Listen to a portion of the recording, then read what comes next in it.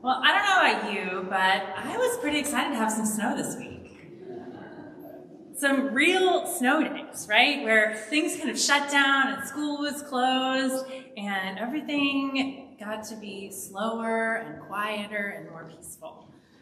You know, between the snow that we got on Monday and Tuesday and then Friday's storm, some parts of our area got almost a half a foot of snow. And it's been almost 5 years since we've had this much snow accumulation in 1 week. The snow that National Airport got this week is 20 times the amount of snow that we got all last winter. And as I walked around my neighborhood yesterday and saw the snow people and the snow forts that the children had built, as I walked past the sledding hill and saw all the tracks that the kids had created over this week, and I thought about my kids sleeping in and enjoying time outside with their friends, I was really, really grateful. Because snow days, I think, are one of the few things we have left in our culture that come anywhere close to the experience of a true Sabbath.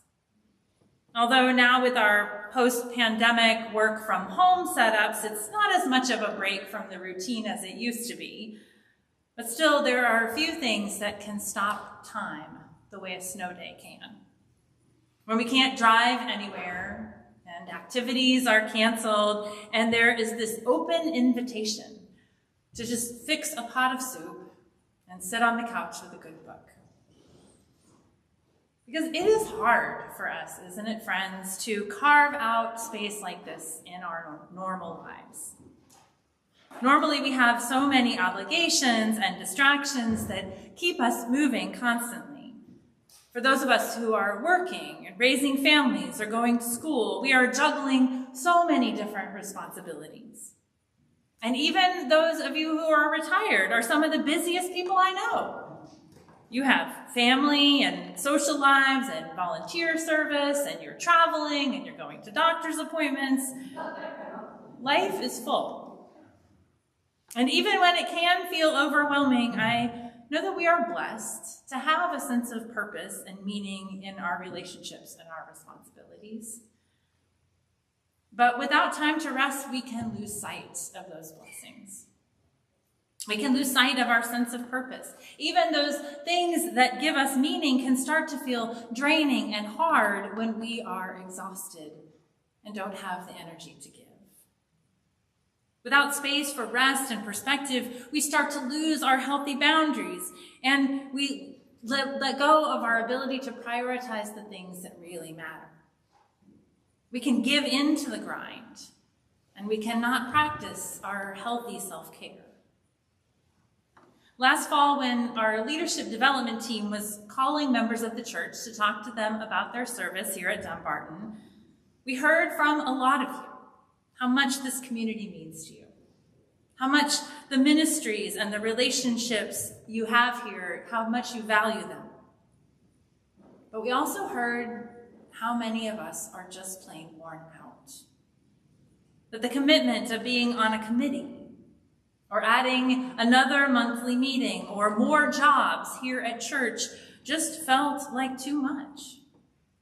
Like it was taking away some of the joy that you have from being part of this community and turning it into, well, work. Of course it takes a village to run a church. And of course it is an important part of the culture of this community that everyone has a way to be involved and to contribute some of their time and talent. But as I listened to the responses from the leadership development calls, I also heard from colleagues that this wasn't just something that we were experiencing here at Dumbarton, but that so many churches were having trouble filling leadership positions and finding people to serve in various roles. That so many of my pastor colleagues were hearing a level of exhaustion from their churches that concerned them, and it gave me pause too. I thought about how hard our congregation had worked over the last few years to navigate so much change and so many challenges. Over the last 3.5 years, you've had a change in pastors and several music directors. We moved our worship online and then back in person, but also in hybrid. We had COVID protocols like distancing and contact tracing. We started new ministries online to keep people connected. Over the past 3.5 years that I have been your pastor, you have been flexible and creative and resourceful and resilient. You have navigated change and grief and loss. You have leaned into new opportunities and tried lots of innovative and sometimes uncomfortable things. And now here we are, back to our new normal. And for some of us, there is a longing for the things that we used to have, like a weekly coffee hour or a Sunday school with lots of children. But our community has changed in ways that make those things so much harder now.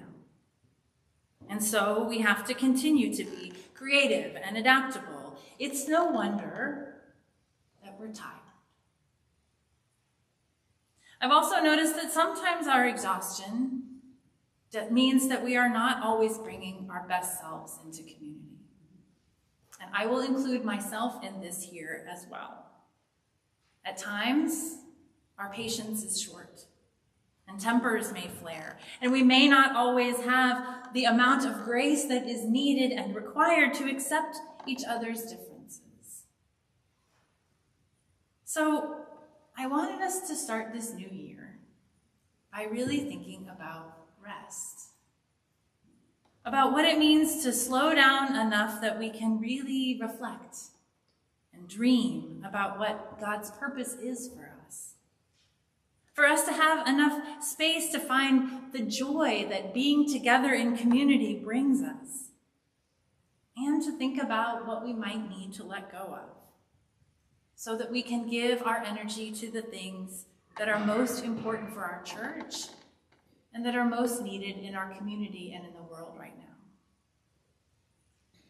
So when I first suggested that we read this book, Rest is Resistance by Tricia Hersey, I heard from some of you, resistance. Because there is a deeply ingrained belief in us that to rest is to be lazy. To rest as a church would mean that we were neglecting our mission, and that we were turning away from all of the needs of the world. Now, it's easy to blame this mindset on some modern Protestant work ethic, but as we see from the Gospels, even Jesus struggled with his disciples to get away and rest, to take some time in the midst of all the feeding and the healing and the miracles to have some space. In fact, Mark's gospel says that there were so many people coming and going that Jesus and his disciples didn't even have time to eat. But as Tricia Hersey writes, rest isn't a luxury. It's an absolute necessity if we are going to survive and thrive. Rest isn't an afterthought, but a basic part of being human. Rest is a divine right. And we don't rest in order to be more productive to the worldly systems, but rather to be more human and to find space to dream of a different kind of world and a different way of being. This is what the idea of the biblical Sabbath is all about. It's about carving out space in time in which we have no other responsibilities or obligations except to rest, to temporarily stop anything that could be considered labor or work or creating, so that we can experience ourselves as human beings, not human doings. So that we can remember that we are a part of God's creation, not just the consumers and stewards of it. To remember that God is God, and we are not. The idea of keeping the Sabbath, though, might bring to mind for some of us rules about what we can and cannot do. A rigid sort of religion that seems antiquated or impractical in our modern life. But what if we could recover and return to this version of the Sabbath that truly feels nourishing to our spirits, to our bodies, to our relationships, to the earth? What if Sabbath is not a list of thou shalt nots, but actually the permission that we need to truly rest? According to Rabbi Abraham Joshua Heschel, in his book on the Sabbath, when God blessed the seventh day and called it holy, God set apart time and space as a sanctuary for God's people. After the 6 days of creation, the Creator God realized that there was something that the world still lacked: menuha. Heschel writes, menuha, which we usually render as the word rest, means here much more than the withdrawal from labor and exertion, more than freedom from toil, strain, or activity of any kind. Menuha is not a negative concept, but something real and intrinsically positive. Tranquility, serenity, peace. It is the state wherein a person lies still, wherein the wicked cease from troubling and the weary are at rest. It is a state in which there is no strife, no fighting, no fear, and no distrust. It is the essence of the good life. Menuha, rest, is a resistance to the powers and the proclivities, both internal and external, that seek to exploit and dehumanize us. And in that act of spiritual resistance, we make space for the abundant life that God intends for us. After God liberated God's people from slavery in Egypt and they were being formed as a covenant community in the wilderness, God gave them this commandment to keep the Sabbath, to rest, to practice menuha. Because of course, as slaves, the Israelites never had a day off. They never had a vacation day or sick days. Their practice of Sabbath had been utterly stripped from them as they worked from sun up to sundown for the Pharaoh. And so God had to teach them, or reteach them, how to rest. God had to command them to observe a Sabbath, not just for themselves, but for the next generation, for their sons and daughters, and from the workers and the foreigners among them, even for the animals. Because all living things must rest. This command to observe the Sabbath was essential to the foundation of this new community, so that they could be people who were rooted in their covenant relationships with God and with each other, a nation that would be just and compassionate towards one another and towards all living beings among them. Now, human history has shown just how hard it is for any and all groups of people to maintain norms and systems that are just and compassionate, that are equitable and humane. Human societies are always pushing towards progress and productivity, often at the expense of practices that would maintain our humanity. How proud we are of our victories in the war with nature, Rabbi Heschel writes. Proud of the multitude of instruments we have succeeded in inventing, the abundance of commodities we have been able to produce. Yet our victories have begun to resemble defeats. In spite of our triumphs, we have fallen victims to the work of our hands. It is as if the forces we have conquered us. The solution for humankind's most vexing problems will not be found in renouncing technical civilization, but in attaining some degree of independence from it. Tricia Hersey writes that rest is resistance to the forces of capitalism and white supremacy that seek to separate us from our humanity and turn us into machines of productivity.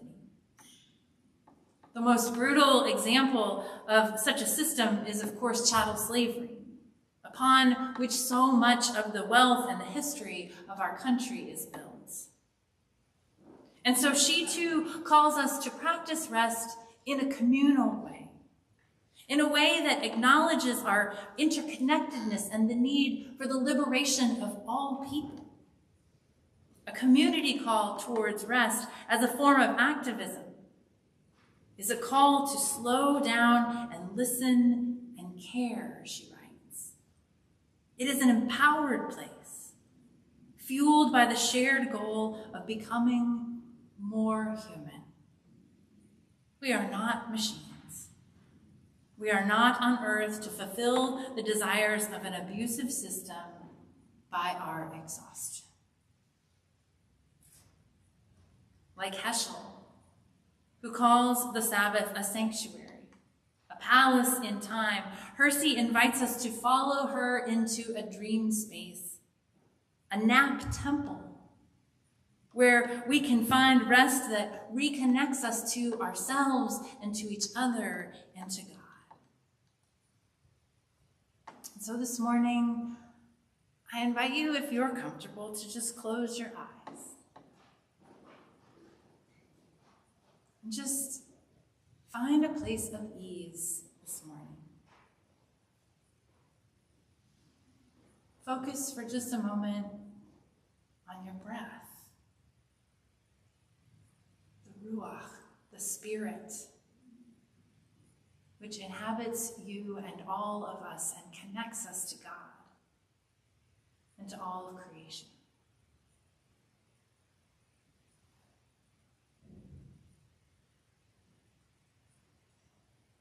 And I invite you to hear these words of invitation once again. This is an invitation for weary souls to rest. This is a resistance. This is a protest. This is a counter-narrative to the lie that we aren't doing enough. We are enough.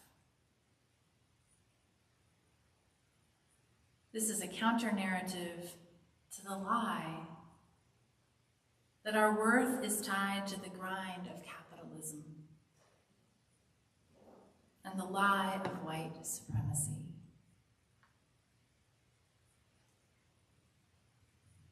You are enough simply by being alive. Thank you for living. Thank you for resisting. Thank you for creating. Thank you for dreaming. Thank you for resting. We believe that our healing can visit us while we are napping, while we are resting, while we are sleeping, while we are slowing down. We believe that rest provides a dream and a visioning space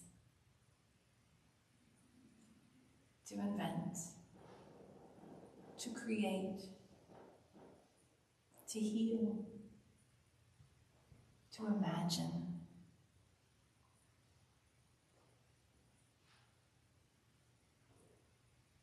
This is what resistance looks like.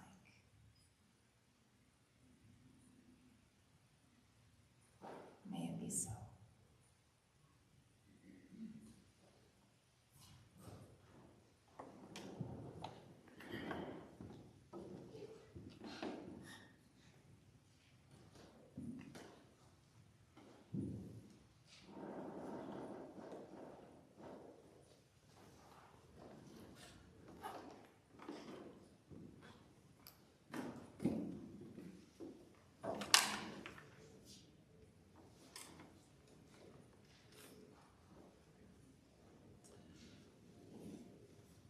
We come to a part of our service where each Sunday we light the peace candle.